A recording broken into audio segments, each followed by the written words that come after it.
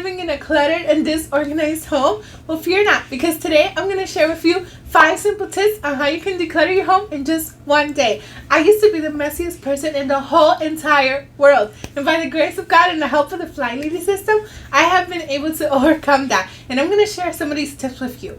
So stick around to the end because I saved the best for last. Let's get started. Number 1. Set the mood. Be sure you're playing some energetic music, some fun podcasts, or your favorite YouTube channel. You're going to want to set the scene so that you can have a lot of energy when you're doing this project. The more upbeat and energetic music you choose to listen to, the more energy you will feel like you have when you're decluttering your home. And it will make it so much more fun. You will feel like the time is flying and you're working less hard when you have some fun and danceable music. The right mood can make all of the difference when tackling a big project such as decluttering your home. So put on your dancing shoes and let's get ready to declutter.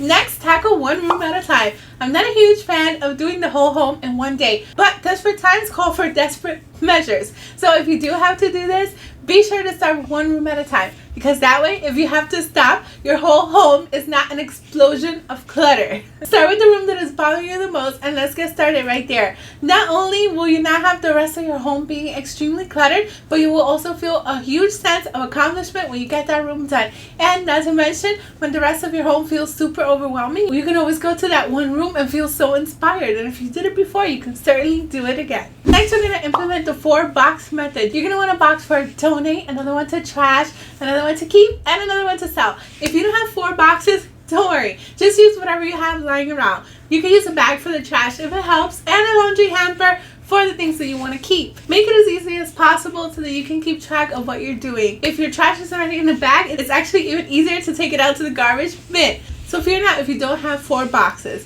As long as you have one you can take to the donation spot, you'll be okay. And don't feel like you have to buy any box, because anything that you have happened to order from Amazon, you can go ahead and use that box. But if you don't have a box, check if your donation place will take items in a bag too. I'm sure they'll be happy to just have anything donated to them, so don't worry about it. However, if you are going to donate something, make sure it's in a working condition. If it's ripped or stained, be sure to put it in the recycle.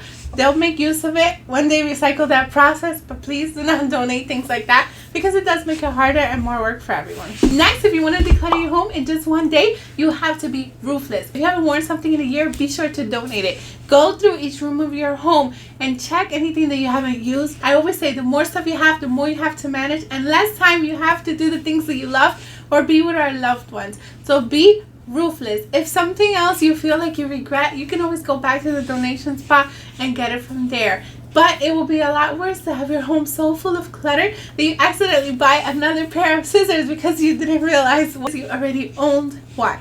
Be absolutely ruthless. The extra space will make your home to feel more light and airy and more relaxing and comfortable spot. You won't have all of your drawers overflowing and causing you a lot of stress. Whether you can see the clutter or not, when it's there, it can cause us a lot of stress that we don't have to deal with. These are just items. We don't want to get so attached to them. For my Christian homemakers, if you find yourself getting attached to certain items, watch out, because we don't want these to become an idol. So think very carefully when you're going through your items and decide that we actually might not need it after all. Instead of asking yourself, could you use this? Ask yourself, could you do without this? And that will make your decluttering journey a whole lot easier. Trust me, you will feel a whole lot lighter and freer when you get rid of unnecessary items. I used to have so much unnecessary things, and now I've become somewhat of a minimalist, mediumalist, whichever you want to call it. But I do not have excess stuff anymore, and it feels so much better. Next, once you finally declutter your home, do not forget to celebrate and treat yourself. Treat yourself to something you've been wanting to do, it, whether it's your favorite snack, a favorite book, a favorite TV show, you name it. Just be sure that it fits within your budget. You've been working so hard and you totally deserve it. Now, if you have something that's a little more tricky to declutter, such as paper clutter, please check out this video here where I go over how to get rid of all your paper clutter, and I'll see you there right now. Thank you so much for watching. Until next time, to God be the glory. Bye!